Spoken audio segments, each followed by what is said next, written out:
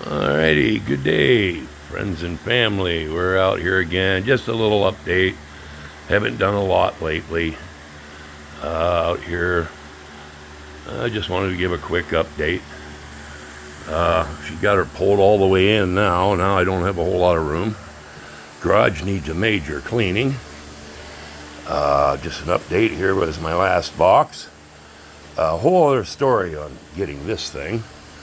However, that being said, it's starting to accumulate a lot of old parts. There's just about everything I've taken off the car and replaced so far. Still got a few parts in that box that need to go on. We will get to that. Anyway, the latest thing.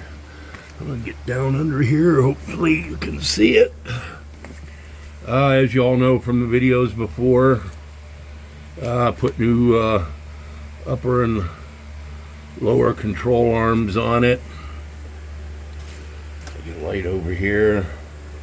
You all seen that. Anyway, while my brother was here doing the headliner, I had him wiggle the front end for me just to see if anything else was loose or wore out.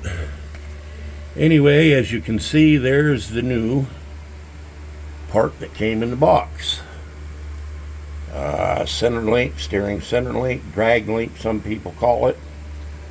It had a little bit of play on both ends, right there on the pitman arm and over here on the idling arm. She was popping a little bit, but I want to get it aligned. So we said, well, we're just going to change that. Ordered it from one place locally, thought I could get it quicker. They said it'd be here in 3 days. Went back to get it, and they couldn't find my order anywhere. So after about an hour and a half of fighting with them, I finally got my money back, and I ordered it from someplace else. Needless to say, a couple issues with the local parts store. I won't be going back to them.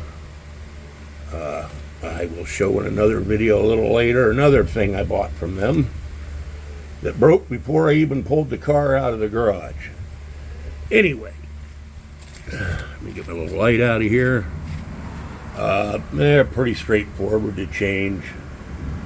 You just got to take the cotter pins out of there, pop your inner and outer, or your inner tie rods right there with a fork. Pop them out of there. They were still good, so I didn't replace them. If it ain't broke, don't fix it. It was a little bit of a squeeze getting this thing in here because of the skid plate. It doesn't like to drop down. I had to do a little finagle, and you got to turn the wheel back and forth all over the place just to get the inner tie rod ends out of there, because there's not a lot of room back there. Anyway, that was our latest addition to the old girl. Call her Snow White for now, because not because she's white, it's because of her co-stars. Call her the Seven Dwarfs. She's been sleepy, happy, sneezy, grumpy. A lot of things working on her. Even a couple more dwarfs they should have added, like Droopy, when I did that headliner. However, she's a good girl. I love her. We're just working on her. So that's where we're at now. We got that in there. I got a few more things I got to do. Anyway, a big part of this video, the reason I wanted to make this, people out there, I keep forgetting this old girl's 53 years old. So basically I have everything in the front end replaced or new. I should have pulled the car out so you could see the front end. She is way out of whack. The camber caster is way out of whack. The toe end, you can physically see it with your eyes, is pointing out. Excuse me. So obviously it needs a front end alignment. Well, at first I'm thinking, okay, no big deal. They do front end alignments all the time. So I started making some phone calls after I got that in, try to get an appointment. I called all your local places that do it, Midas, Monroe, Goodyear, and they kind of laughed at me on the phone when I told them what I wanted aligned. Nobody does it. They say it's too old, they don't have the shims, they don't know how to do it, whatever the case may be. So after spending about an hour on the phone, I finally found somebody that would do it. And believe it or not, I called a local Chevrolet dealership. Figure if anybody knows how to do it, they should be able to do it. Well, I got lucky. This particular dealership has a guy that knows how to do the old cars, and he can still do them. So today is, what is today? Saturday, I do believe. Anyway, I got an appointment for early Wednesday morning. Get the front end aligned, and she should be good to go. It's just though how cattywampus the front end is, it's almost a little scary driving it. I still have a vibration in the front end. When I get up to about 50 miles an hour, it's got to be the tires. Everything else is new. The alignment might have a little bit to do with that, but everything's tight, so it shouldn't vibrate. Anyway, we're going to get the alignment.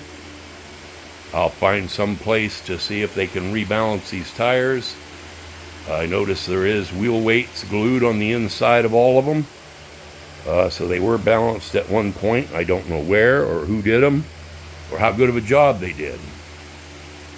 But we'll get that done. If there's still a vibration, then it has something to do with these rims.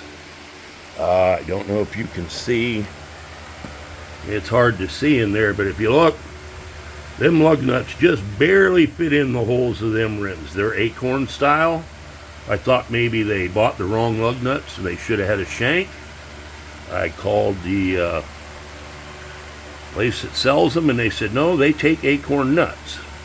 However, you can't even get an impact socket on them. You have to use a chrome thin-walled one.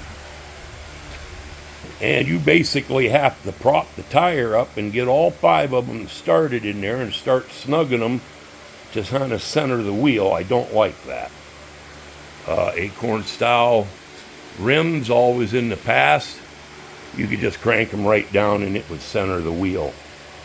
I've seen online they sell little inserts to put on the inside of the rim that matches the hub of your car, because these aftermarket wheels, they cut the center hole to fit multiple cars with all different size hubs. And some people say that might be the issue. I got to get something to center the wheel on there. I'm old school. I've done a lot of rims over the years. I've never had this problem, so that's kind of new to me. But anyway, that's where we're at now. Excuse me again. Like I said, and we'll give an update after Wednesday on how the alignment went. I don't foresee a problem with that. I haven't put a lot of miles on this car because, like I said, it's a little scary driving it right now.